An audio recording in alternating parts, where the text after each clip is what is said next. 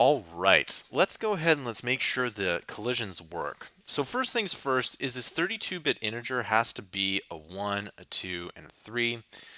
It can't be 0. Okay, so it can't be 0. And let's take a look at this here at what we need to do next. So we're going to change this to player exclamation point dot size, and we're also going to change this to dark block dot exclamation point dot size, and then we're going to say, where's the light block here? Light block is the same thing. We're going to change light block to light block dot size, and there we go. So we got light block and everything here. And as you can see, life does make it a little bit more challenging. But let's take a look at this. But actually, before we do that, let's go to our dark block collision and copy everything in it. And then we'll just simply paste it in the light block. And we'll switch true to false, because it's the opposite, and false to true. All right, so let's go ahead, let's change that up here.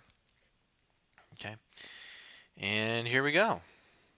So 1, 2, 3, 4, 5, 6, 7, and then game over. And so it does kind of work here, but what we actually have to do is we have to switch up.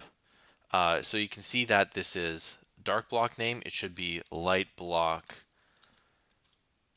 name, and then you can go and copy and paste that in here. Now you saw that when I tested that, the countdown timer just continued to go. So what we need to do is you need to add an if is alive is double equal to true. Okay, and then we're going to go and within this run block, we are going to add that in here. And let's go and push tab on all these so that indentation works. Okay, want to make sure that indentation does indeed work. And let's take a look at this. So we got our player collecting the light blocks. Let's see, 6, 5, 4, 3, 2, 1, and then the dark blocks here, and then you collect those. But if you hit the light block, it's game over, and everything kind of works out. So there you go. That does indeed work.